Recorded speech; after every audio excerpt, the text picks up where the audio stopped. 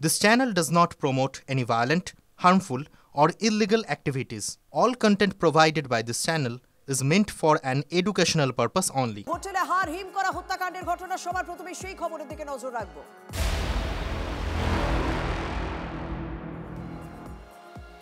Others লোসালকা যাকে উদ্ধার করা হলো কসবার হোটেল থেকে বিবস্ত্র অবস্থায় তার দেহ উদ্ধার করা হলো।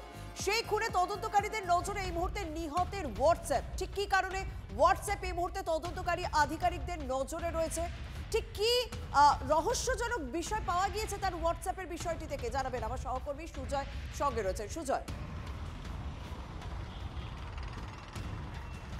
দেখো, তদন্ত নেমে পুলিশকে যেটা ভাবাচ্ছে যে খুনের সময়ের পরেও ফোন ব্যবহার হয়েছে, অর্থাৎ এই আদার্স, যিনি পেশায় চার্টার্ড অ্যাকাউন্টেন্ট আদার্স লয়েলকার, তার মোবাইল ব্যবহার হয়েছে। কখন ব্যবহার হয়েছে?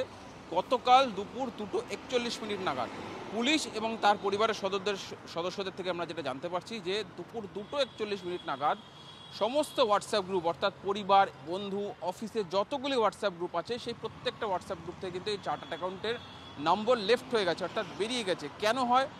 এক্ষেত্রে দুটি সম্ভাবনা, কেউ যদি নিজে থেকে করে সেটা, আর কেউ যদি ওই হোয়াটসঅ্যাপ, যে মোবাইলটা নিয়ে চলে গিয়েছে আততায়ীরা, খুনিরা যে মোবাইলটা নিয়ে চলে গিয়েছে বলে পুলিশ মনে করছে, সেই মোবাইলের হোয়াটসঅ্যাপটা থেকে যদি নাম্বার ডিঅ্যাক্টিভেট করার চেষ্টা হয় তখনও কিন্তু তারা লেফট করে যায়। এক্ষেত্রে তদন্তকারীরা মনে করছে খুন করে মোবাইল নিয়ে পালানোর পর যাতে পুলিশ তাদেরকে ট্রেস করতে না পারে সেজন্য হোয়াটসঅ্যাপ ডিঅ্যাক্টিভেট করার চেষ্টা করা হয়েছে বা হোয়াটসঅ্যাপ ডিঅ্যাক্টিভেট করে দেওয়া হয়েছে, সেই কারণে সমস্ত গ্রুপ থেকে লেফট হয়েছে। ইতিমধ্যেই পরিবারের সদস্যরা এই বিষয়টি পুলিশকে জানিয়েছেন এবং যে জায়গায় যে সময়ে লেফট হয়েছে ঠিক সেই গতকাল দুপুর 2:41 ওই মোবাইলের IMEI যে টাওয়ার লোকেশান, সেটা এখন তদন্তে অত্যন্ত গুরুত্বপূর্ণ হয়ে পড়েছে। তার কারণ তদন্তকারীরা বলছে ফোনটি অন করা হয়েছিল এবং তারপর নম্বর ডিঅ্যাক্টিভেট করা হয়েছে, ফলে অন করা মানেই সেটা কিন্তু তার লোকেশন পাওয়া যাবে। সেই লোকেশনের সূত্র ধরে তারা কোথায় পালিয়ে থাকতে পারে সেই সংলগ্ন এলাকায় পুলিশ এবার খোঁজ চালাচ্ছে। অর্থাৎ এই মুহূর্তে দাঁড়িয়ে আদার্স লোসালকা তার মোবাইল এবং সেই মোবাইলের টাওয়ার লোকেশন যথেষ্ট গুরুত্বপূর্ণ তদন্তকারী আধিকারিকদের জন্য, এবং সবথেকে বেশি ভাবাচ্ছে তার এই হোয়াটসঅ্যাপ গ্রুপ থেকে, বিভিন্ন গ্রুপ থেকে লেফট হয়ে যাওয়া। সেটা কেন করলেন আততায়ীরা? তারা মনে করছেন যে যাতে তাদেরকে কোনো রকম ভাবে ট্র্যাক না করা যায় সেই উদ্দেশ্যেই তাদের এই ঘটনা। আর সুজয়, তুমি আমাদের সঙ্গে থাকো। এই আদর্শের পরিবারের সদস্যদের রিয়াকশন এসেছে, প্রতিক্রিয়া এসেছে, তারা কি বলছেন একবার শোনা যাক। না, সেরকম কিছু কথা হয়েছিল, বাবার সাথে ফোনে কনভারসেশন হয়েছিল, কিন্তু 2 মিনিট হার্ডলি কথা হয়েছিল। তো হয়তো বাবা হয়তো জিজ্ঞেস করেননি যে কোথায় যাচ্ছে, কি করছে। কলকাতায় কোথায় থাকতেন, কাদের সঙ্গে থাকতেন? বাঙ্গুরে থাকতেন বলছে। দুটো ফ্ল্যাটমেট ছিল ওনার। তাদের সঙ্গে কি এনাদের মিল আছে? মানে তাদের না না না না, তাদের সাথে কোনো কথা হয়েছে আপনাদের? না না। ওই ফ্ল্যাট থেকে কখন বেরিয়েছিল বা কিছু এই সমস্ত বিষয় ওরা জানালো যে 8টা নাগাদ বেরিয়েছিল বাড়ি থেকে। পরশুদিন 8টা রাত।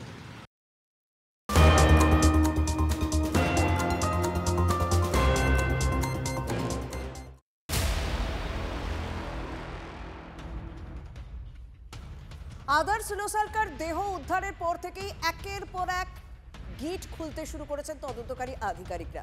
তবে শুধুমাত্র কি মোবাইল বা হোয়াটসঅ্যাপ গ্রুপ নিয়ে তাদের বেশ কিছু প্রশ্ন রয়েছে? না, প্রশ্ন রয়েছে তার যেভাবে দেহ উদ্ধার হয়েছে, কারণ একাধিক জায়গায় আঘাতের চিহ্ন বা পা বাঁধা অবস্থায়। এই বিষয়গুলো ঠিক কি ভাবাচ্ছে এই মুহূর্তে তদন্তকারী আধিকারিকদের? তারা কি মনে করছেন জানাবেন সহকর্মী সুজয় সঙ্গে রয়েছেন। সুজয়, দেখো শর্মিষ্ঠ, এখনো পর্যন্ত ময়নাতদন্ত সম্পূর্ণ না হলেও পারিপার্শ্বিক যে তথ্য প্রমাণ, ঘটনাস্থলের যা বিবরণ, সেটাই ইঙ্গিত করছে যে আদার্সকে খুন করা হয়েছে। কেন মনে করছেন তদন্তকারীরা? তার কারণ তারা যখন গতকাল দরজা ভেঙে হোটেলের ভেতরে ঢুকলেন তখন দেখলেন পা বাঁধা অবস্থায় রয়েছে আদার্স, মৃতদেহ উপুর অবস্থায় রয়েছে, নগ্ন, এবং তার নাক মুখ থেকে রক্ত বেরোচ্ছে, এবং মৃতদেহটি পড়ে রয়েছে হোটেলের যে বেড, যে বিছানার তার ঠিক লাগোয়া যে মেঝে, অর্থাৎ কেউ যদি পড়ে যায় বা তাকে ফেলে দেওয়া হয় খাট থেকে, সেখানে যে পজিশন হওয়ার কথা ঠিক সেই অবস্থায় রয়েছে। এক্ষেত্রে তদন্তকারীরা মনে করছে যে খুন করা হয়েছে বিছানাতেই, সেখানে এই তোয়ালে, যেটা পা বাঁধা ছিল, তোয়ালে দিয়ে পা বাঁধা অবস্থা ছিল, সেটা দিয়ে শ্বাসরোধ করা হয়েছে, একই সঙ্গে স্মদারিং অর্থাৎ বালিশ জাতীয় কিছু দিয়ে নাক মুখ চেপে দেওয়া হয়েছে, অর্থাৎ দুরকম কায়দায় মৃত্যু নিশ্চিত করা হয়েছে। মৃত্যু নিশ্চিত করার পর সেখান থেকে তার মোবাইল, তার ওয়ালেট এবং অন্যান্য যে সমস্ত সামগ্রী ছিল সেগুলি নিয়ে রাত্রিবেলাতেই মধ্যরাতেই তারা বেরিয়ে যায় এবং বেরিয়ে যাওয়ার পর তাদের সিসিটিভিতে যে লোকেশন দেখা যাচ্ছে তারা গড়িয়াহাটের মুখেও গিয়েছিল, অর্থাৎ হোটেল থেকে বেরিয়ে গড়িয়াহাটের দিকে তারা যাচ্ছিল। সুজয়, তার এখানে একটা পরবর্তীতে প্রশ্ন ট্রাফিকে জানছি, ইতিমধ্যেই জানা গিয়েছে ওই তরুণী কালীঘাটের এবং যুবক নদিয়ার বাসিন্দা। এই জায়গাটা মানে হোটেল বা ওই সংলগ্ন এলাকায় তো সিসি ক্যামেরা ফুটেজ থাকে, মানে সিসি ক্যামেরা থাকে, তো সিসি ক্যামেরা ফুটেজ নিশ্চয়ই বাজেয়াপ্ত করছে পুলিশ, কারণ সেটা তো একটা তদন্তের ক্ষেত্রে বড় হাতিয়ার হতে পারে, কারণ তাদের ক্লোজ আপ ছবি পাওয়া যাবে, সেটা নিয়ে তারা তদন্ত প্রক্রিয়া এগিয়ে নিয়ে যেতে পারবেন যাতে তাদেরকে খুব তাড়াতাড়ি ট্র্যাক করা যায়। সেই বিষয়গুলো কি ইতিমধ্যে শুরু হয়ে গিয়েছে?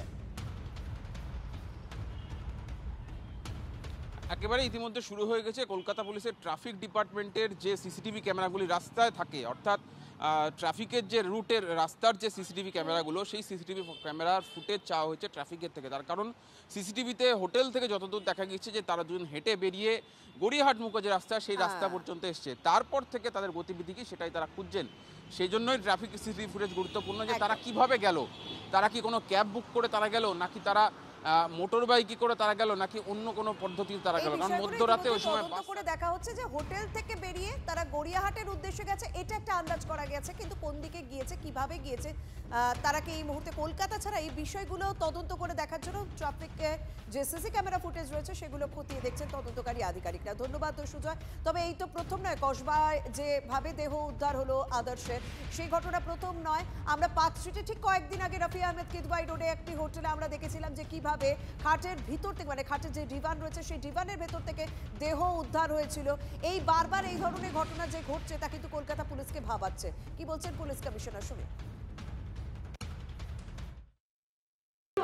এটা গতকাল কাসবাতে যেটা হচ্ছে সেকেন্ড ইনসিডেন্ট হয়েছে। এর আগে পার্ক স্ট্রিটে যেটা হলো সেটা তদন্ত করে পুলিশ যারা ইনভলভ ছিল দুজন উড়িষ্যা থেকে ওদেরকে অ্যারেস্ট করেছিল। এটা এখনও তদন্ত হচ্ছে। আমরা আশা করছি যারা ইনভলভ আছে ওরা ধরা পড়বে। মেন যেটা আছে যাতে এটা ফার্দার কীভাবে প্রিভেন্ট করা যায় সেটা আমরা গতকালও আমরা রিভিউ করেছি, আজকে আবার আমরা বসবো। অ্যান্ড হোটেল ওনার্স যারা আছে ওদেরকে কীভাবে আমরা সতর্ক থাকার জন্য বলবো সেটা আমরা আজকে গাইডলাইন তৈরি করে জানিয়ে দেব, যাতে এটা ফার্দার না ঘটে আর প্রিভেন্ট করে।